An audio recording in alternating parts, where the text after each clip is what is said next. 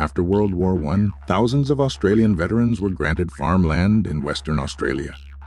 Then, in 1932, a severe drought drove nearly 20,000 emus out of the interior and straight into the farmers' wheat fields. The birds devoured crops, destroyed fences, and left desperate farmers pleading with the government for help. The government's answer was simple: send in the military. Major Meredith and 2 soldiers arrived armed with Lewis machine guns and 10,000 rounds of ammunition. They expected a quick operation against what seemed like little more than oversized birds. Instead, they found themselves facing an opponent that refused to cooperate. On November 2nd, the soldiers spotted their first flock near Campion. Farmers attempted to herd about 50 emus into an ambush, but the moment the shooting began, the birds scattered into small groups and sprinted away at remarkable speed. The machine guns jammed almost immediately, and by the end of the day, only a handful of emus had been killed. 2 days later came what looked like the perfect opportunity. More than 1,000 emus gathered near a dam. The soldiers waited until they were within range and opened fire. But once again, the Lewis gun jammed after only a few seconds.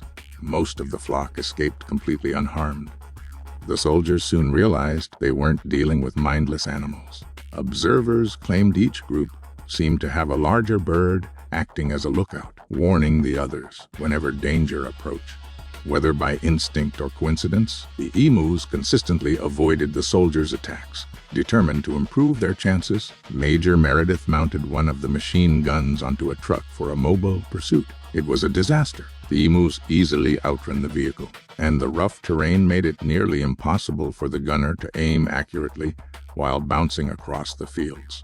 By November 8th, thousands of rounds had already been fired, yet official estimates suggested only a few dozen to a few hundred emus had actually been killed. The soldiers suffered no casualties, but the operation had become an international embarrassment, and they were ordered to withdraw.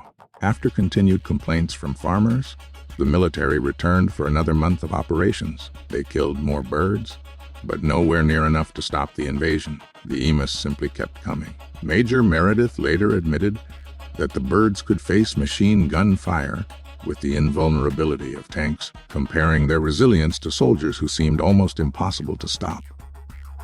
By December 10, 1932, the emu war officially came to an end. Nearly 10,000 rounds of ammunition had been fired. Fewer than 1,000 emus were officially confirmed killed, and the surviving birds simply wandered back into the Australian wilderness.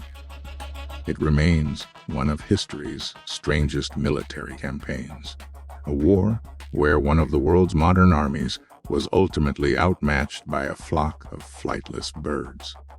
History would remember it as one of the strangest military campaigns ever fought, the war that Australia lost to a flock of birds.